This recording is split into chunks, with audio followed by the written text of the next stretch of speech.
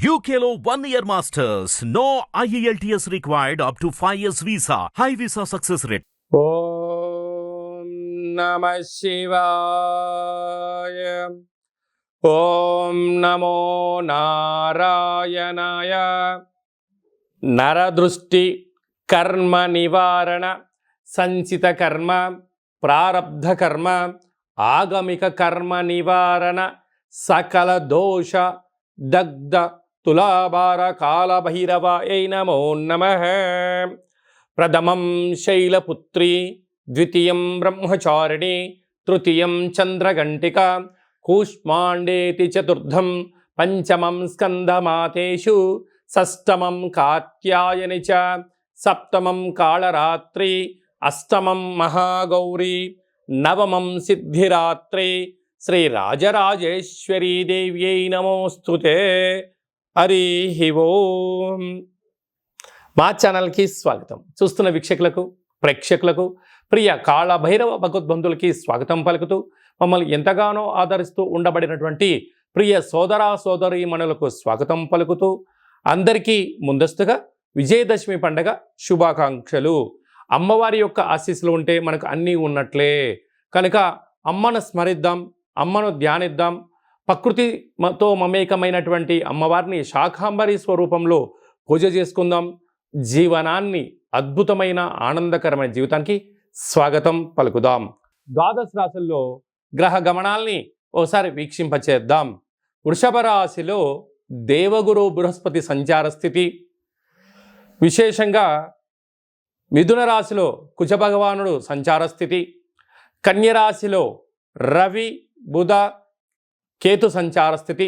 3 గ్రహాలు కలిపి బుధాదిత్య రాజయోగం చేత కన్యరాశిలో సంచార స్థితి, తులారాశిలో శుక్ర భగవానుడు స్వక్షేత్ర సంచార స్థితి, కుంభరాశిలో శని భగవానుడు స్వక్షేత్ర తిరోగమన సంచార స్థితి, మీనరాశిలో రాహు సంచార స్థితితో ద్వాదశ రాశుల్లో గ్రహ గమనాలు ఈ విధంగా ఉన్నాయి.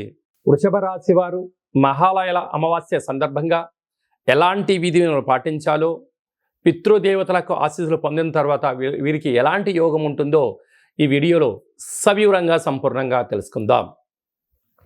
వృషభ రాశిలో ఏ నక్షత్రాలు వస్తాయి అనగా, కృత్తికా నక్షత్రంలోని 2, 3, 4 పాదాలు, రోహిణీ నక్షత్రంలో 4 పాదాలు, మృగశిర నక్షత్రంలోని 1, 2 పాదములు కలిపితే వృషభ రాశి. చాలామందికి పుట్టినటువంటి కాల సమయంలో డేటా బర్త్లు లేనటువంటి కారణం వలన పేరు యొక్క మొదటి అక్షరాన్ని అనుసరిస్తూ ఆ రాశిని తెలుసుకునే ప్రయత్నం చేద్దాం. ఈ, ఊ, ఏ, ఓ, వా, వి, వు, వే, ఓ అక్షరాల వారందరూ కూడా వృషభ రాశి జాతకులే. వృషభ రాశి యొక్క అధిపతి శుక్ర భగవానుడు కనుక ఈ మహాలయాల అమావాస్య బుధవారం రోజు రావడం, ఈ నక్షత్రాధిపతి శుక్రుడు అవ్వడం వలన వీలైనంత వరకు తెలుపు ఆహారాన్ని, బొబ్బర్లతో కూడుకున్న పదార్థాలను, తెలుపు వస్త్రాలను బ్రాహ్మణులకి దానం ఇవ్వడం కానీ, గోమాతకు నవధాన్యాలను నానబెట్టి పితృదేవతలపైన వాటికి ఆహారం ఏర్పాటు చేయడము, కుక్కలకు, కాకులకు, వారు పెద్దవారికి ఏదైతే తృప్తిగా ఆహారాన్ని భుజించేవారో వారి వంశాచారం ప్రకారంగా వాటిని కాకులకు, కుక్కలకు ఏర్పాటు చేయడం వలన అద్భుతమైన యోగం వృషభ రాశి వారికి నిత్యము శ్రీరామ రక్షగా భావించగలగాలి. అలాగనే వీలైనంత వరకు ఒక దోషుడు ఇసుకను, అంటే మనకు నదిలో ప్రవహించేటువంటి ఇసుక, గృహ భవనాల్లో వాడేటువంటి ఇసుకను ఒక దోషుడంతా తీసుకొని సూర్య నమస్కారం చేసి చిన్న శివలింగ ఆకారంగా సైకత శివలింగాన్ని చేసి ప్రవహించే నీటిలో కలపడం వలన పితృదేవతల యొక్క ఆశీస్సులు కలుగుతాయని చెప్పి గమనించాలి. సాక్షాత్తుగా రావణ బ్రహ్మ తన తల్లి కోరిక మేరకు ఎలా సైకత శివలింగాన్ని వాళ్ళ అమ్మగారు పూజ చేసి నదిలో కలిపితే ఆత్మలింగాన్ని ఆ యొక్క రావణ బ్రహ్మ ఎలా పొందాడో వృషభ రాశి వారికి కూడా ఇలాంటి సైకత శివలింగానికి పూజ చేసి పితృదేవతలను ఆరాధించడం వలన వారికి ఐశ్వర్యం వారి సొంతమవుతుందని చెప్పి గమనించాలి. రాశిలోనే గురువు, అలాగనే 2వ స్థానంలో కుజుడు సంచారం చేయడం వలన కుజదోష ప్రభావం కారణం వలన మీ జన్మ నక్షత్రం రోజున పూర్ణిమ, అష్టమి, అమావాస్య తిథుల యందున దూర వాయు జల ప్రయాణాలు పెట్టుకోవద్దు, ప్రమాదాలు పొంచి ఉన్నాయి, తస్మాత్ జాగ్రత్త. పంచమ స్థానంలో త్రిగ్రహ కూటమి, నూతనంగా వివాహమైన వారికి పుత్ర పుత్రిక సంతాన యోగము, పిల్లల యొక్క చదువులు, పిల్లల అభివృద్ధిలో అన్నింటా విజయం వృషభ రాశి వారి సొంతం అని చెప్పి గమనించగలగాలి. అలాగనే రాజ్యస్థానంలో శని భగవానుడు, లాభస్థానంలో రాహు ఉండడం వలన ఏకాగ్రత, సమన్వయం, ధర్మం, ఆధ్యాత్మికత ఉన్నంత వరకు వృషభ రాశి వారికి ఎదురు లేదు అని చెప్పి గమనించాలి. హోటల్ వ్యాపారస్తులు, స్వయం వృత్తులు, సేవా రంగాలు, సాఫ్ట్వేర్ హార్డ్వేర్ ఉద్యోగస్తులు, అలాగనే చిరు వ్యాపారస్తులకు ఇది చాలా సువర్ణపు కాలం అని చెప్పి గమనించాలి. అక్టోబర్ మాసంలో ముఖ్యమైనటువంటి పండుగల గురించి క్లుప్తంగా సవివరంగా సంపూర్ణంగా తెలుసుకుందాం. 2వ తారీఖు 10వ నెల 2024 భాద్రపద మాస కృష్ణపక్ష అమావాస్య బుధవారము. సాక్షాత్తుగా హరిహరసుతుడైనటువంటి అయ్యప్ప స్వామి వారి యొక్క జన్మ నక్షత్రము, విఘ్నేశ్వర స్వామి యొక్క జన్మ నక్షత్రము కారణం చేత అదే కాకుండా మహాలయాల అమావాస్య అంటారు.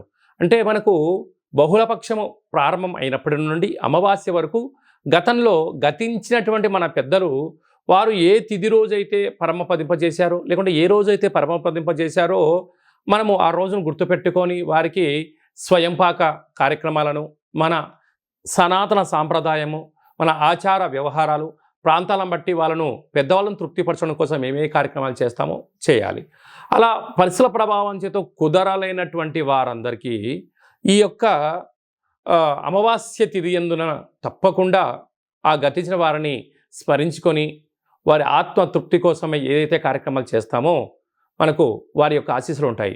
అలాగనే బ్రాహ్మణుడికి కానీ స్వయంపాకం దానం ఇవ్వడము, గోమాతకు పచ్చడి గడ్డిని, తౌడు లాంటివి ఏర్పాటు చేయడము, పక్షులకు అనగా కాకులకు ప్రత్యేకంగా అన్నం వండి వాళ్ళ పేరు మీద ఏర్పాటు చేయడము, బీదలకు ఆహారాన్ని ఏర్పాటు చేయడము, శునకపు మహారాజులకు అనగా కుక్కలకు దానం చేయడం వలన గతించిన వారు ఆ రూపంలో వచ్చి వారు స్వీకరించి మనల్ని ఆశీర్వదించి వెళ్తారు అనేటువంటిది సనాతన ధర్మం చెప్తుంది. కనుక మనం అందరము కూడా గతించిన వారిని స్మరిద్దాం, వారి యొక్క ఆశీస్సులు పొందుదాం.